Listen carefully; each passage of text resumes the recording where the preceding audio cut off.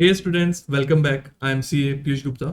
आज इस सीरीज की सेकंड वीडियो है जिसमें हम पूरे अकाउंटिंग को समझ रहे हैं कि बिल्कुल जीरो लेवल से प्रैक्टिकल अकाउंटिंग। अगर आप फर्स्ट टाइम देख रहे हैं तो मैं आपको बता दूं, इसमें आप चाहे कॉमर्स या नॉन कॉमर्स बैकग्राउंड से हैं, बिल्कुल जीरो से हम सारी चीजें समझेंगे कि अकाउंटिंग होती कैसे, और उस पर जो कमांड है ना, मतलब कंसेप्चुअल क्लैरिटी, वो बहुत स्ट्रॉन्ग कर लेंगे। ठीक है। अगर आपने अभी तक फर्स्ट वीडियो नहीं देखी है तो फर्स्ट वीडियो आप पहले चेक कर लीजिएगा, आपको डिस्क्रिप्शन में लिंक मिल जाएगा उसका मोस्ट प्रोबेबली। अदरवाइज चैनल की प्लेलिस्ट पे जाके आप देख लीजिएगा। तो वहां से वो कोर्स आप वो प्लेलिस्ट देख लीजिएगा। और अगर आप फर्स्ट जो वीडियो थी, फर्स्ट वीडियो में हमने ये देखा था कि एक्चुअल में हम अकाउंट्स प्रिपेयर क्यों करते हैं। आज हम ये देखेंगे कि अकाउंट्स का पूरा प्रोसेस कैसे होता है, क्या फॉर्मेट रहता है, किस तरीके से अकाउंट्स प्रिपेयर करे जाते हैं। ठीक है। अब देखिए, कभी भी कोई भी ट्रांजेक्शन होती है, मैं चलो इस चीज को भी समझाता हूं। मैंने वर्ड यूज किया ट्रांजैक्शन। ट्रांजैक्शन ट्रांजैक्शन का मतलब है लेन देन, कुछ भी पैसे से रिलेटेड मॉनेटरी ट्रांजैक्शन अगर हम हो रही है यहाँ पे, हम अकाउंट्स में जब भी बात करेंगे वो हम किसकी बात करेंगे? मॉनेटरी अमाउंट की, मतलब पैसे से रिलेटेड। ठीक है। जो फ्री वाली चीजें, फ्री भी तो नहीं कहूंगा मैं, बल्कि ये कहूंगा कि जिसमें पैसा इन्वॉल्व नहीं है ना, वो चीजें हम यहाँ पे रिकॉर्ड नहीं करेंगे। ठीक है। मतलब मैंने आपकी हेल्प करी, उसको यहाँ रिकॉर्ड करेंगे क्या? नहीं।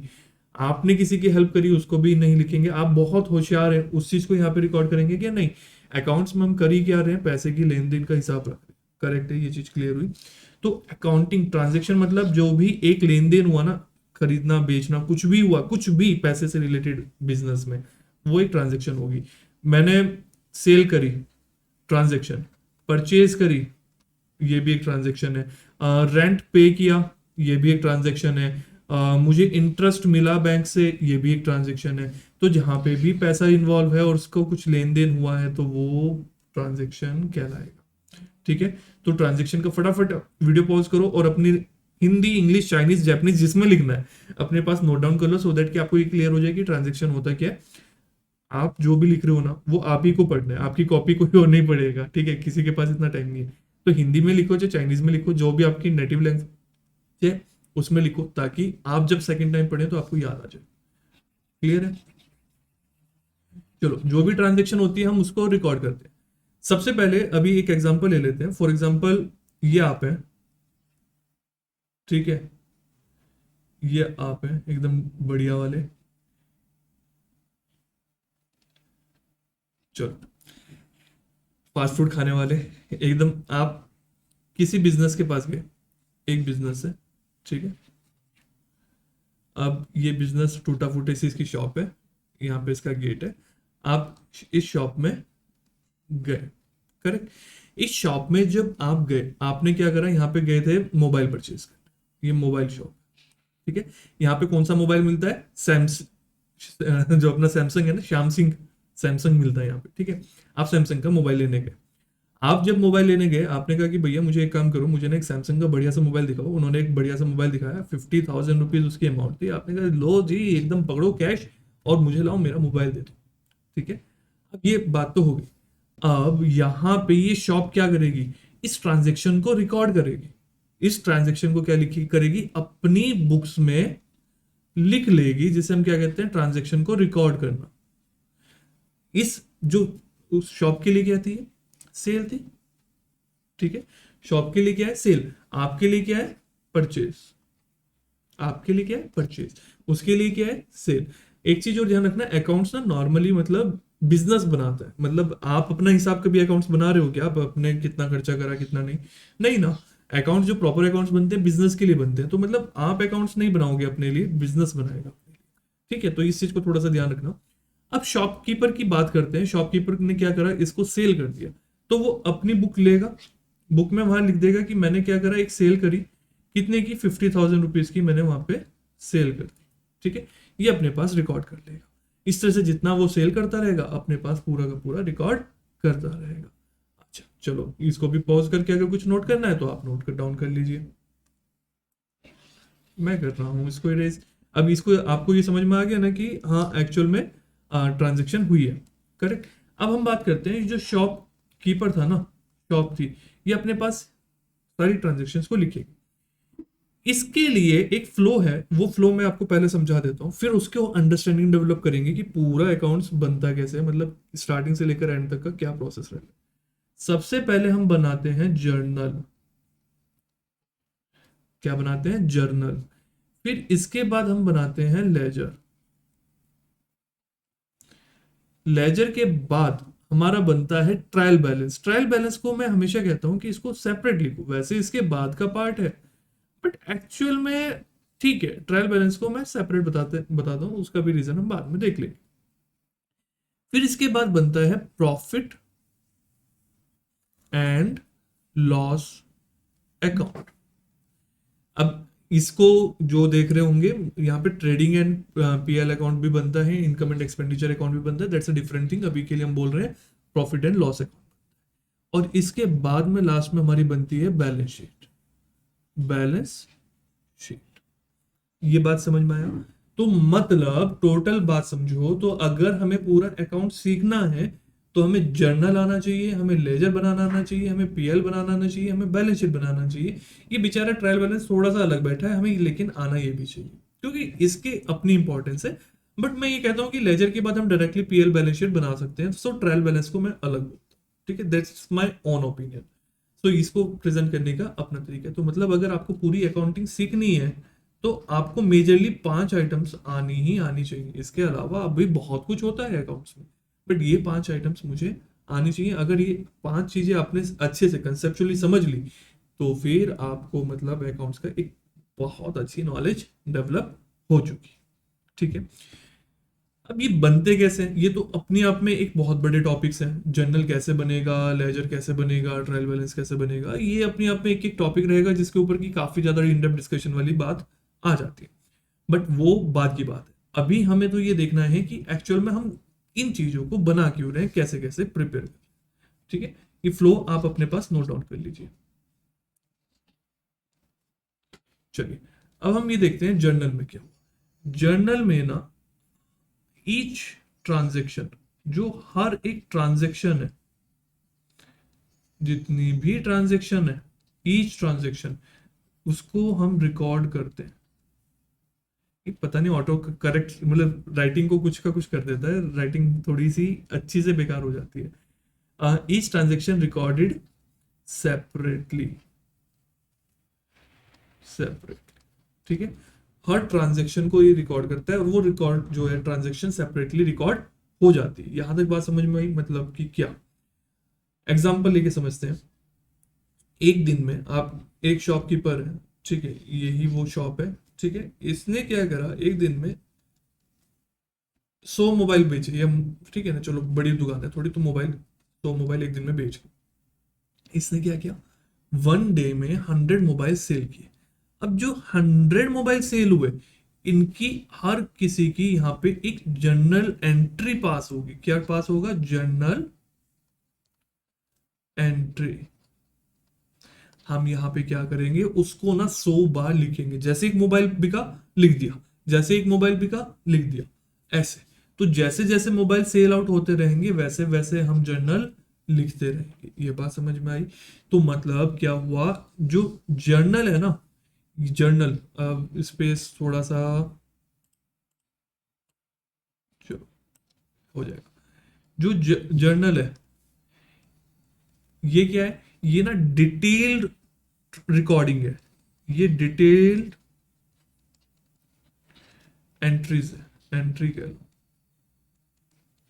ठीक है, यहाँ पे ना हर चीज को बहुत डिटेल में हम लिख रहे हैं, एक एक चीज को हम लिख रहे हैं।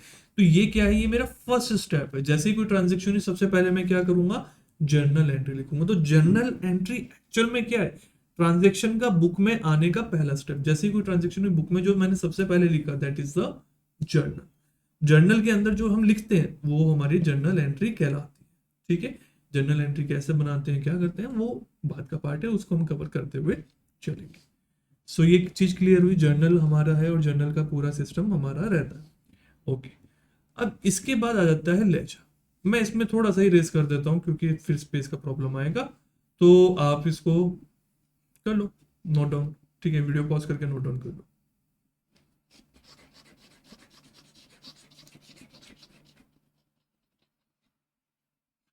अरे सुनो एक चीज और फटाफट वीडियो को लाइक करो, ठीक है, क्योंकि पता है क्या सबसे बड़ी दिक्कत क्या होती है, जब हम यूट्यूब पे कंटेंट डाल रहे हैं ना, मतलब as a uploader, YouTube education content को प्रमोट ही नहीं करता है। मतलब आप कभी भी देखो ना, जो इधर उधर की फालतू की वीडियोस होती है वही ज्यादा प्रमोट होती है, जो एजुकेशनल वीडियोस है वो नहीं होती है, स्पेशली कॉमर्स बैकग्राउंड की तो होती ही नहीं है।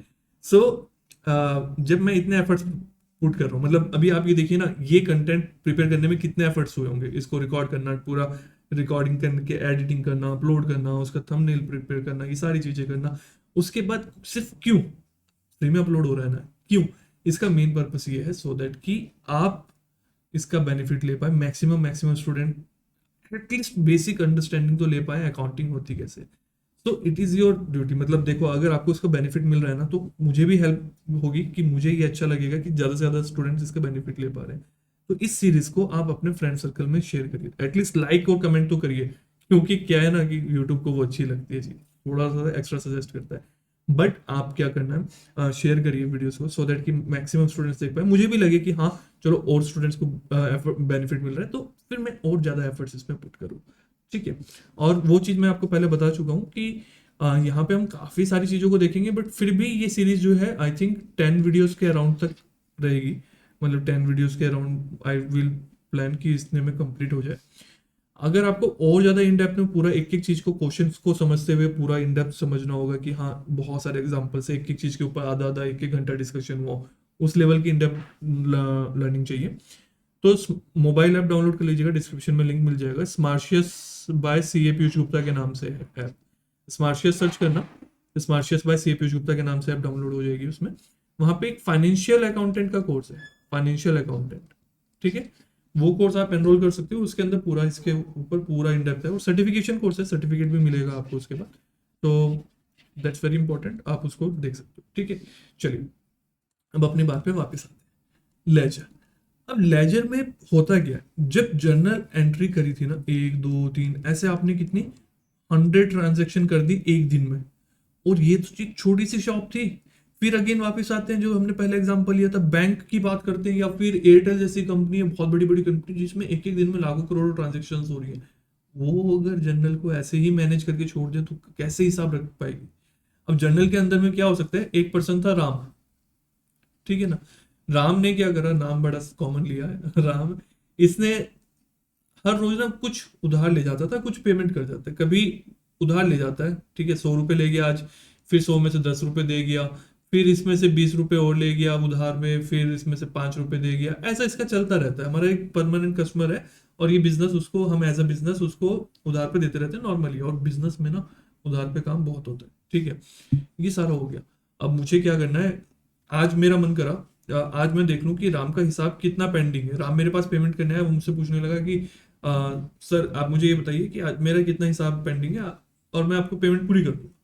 अब ये बताओ अगर ऐसे ट्रांजेक्शन हुई होंगी, ठीक है, ऐसे ट्रांजेक्शन हुई होंगी, तो 365 00, अगर रोज की 100 ट्रांजेक्शन भी है, 36,500 इन ट्रांजेक्शन में आप राम का हिसाब कैसे करोगे, और ये तो सिर्फ 100 ट्रांजेक्शन है, 100 ट्रांजेक्शन कुछ भी नहीं होती है, ठीक है, तो कैसे हिसाब रखोगे। तो इसको, ये तो कैसा था, जर्नल कैसी थी, डिटेल्ड थी, अब हम इसको यहाँ पे क्या करेंगे, समराइज्ड कर लेंगे, यहाँ पे क्या करेंगे, समराइज करेंगे, हर किसी का एक अलग खाता बनाएंगे, खाता लेजर बोलते हैं हम उसको, राम का हिसाब एक बिल्कुल अलग रखेंगे कि राम से कितना पैसा आया, कितना उसको गया, कितना हिसाब है, राम का अलग, कैश का अलग, रोहन का अलग, रेंट का अलग, मतलब जितनी भी आइटम्स है उन सबका अपना अपना एक लेजर बनेगा, जिसमें उन सबका अपना अपना अपना अपना एक हिसाब बन जाएगा। तो इसका पर्पस समझ में आया जर्नल का। जर्नल इसलिए लिखे ताकि जो भी ट्रांजेक्शन हुई हमें एकदम इमीडिएटली उसको रिकॉर्ड कर लें, कल को देखना कि अच्छा किस दिन क्या ट्रांजेक्शन हुई थी, तो हम डिटेल में जब जाना हो तो हम जर्नल से देख सकते हैं। लेजर का पर्पस है ताकि सारी चीजों का समराइज हमें एक जगह मिल जाए, तो हम समरी उसकी चेक कर सकते हैं। ट्रायल बैलेंस पहले देख लेते हैं, क्योंकि लेजर के बाद वैसे देखा जाए तो ट्रायल बैलेंस आता है, मैं इसको एक बार इरेज कर रहा हूँ, आप नोट कर लेना वीडियो पॉज करके, ठीक है ना, या वीडियो रिवाइंड करके अब लिखते रहना।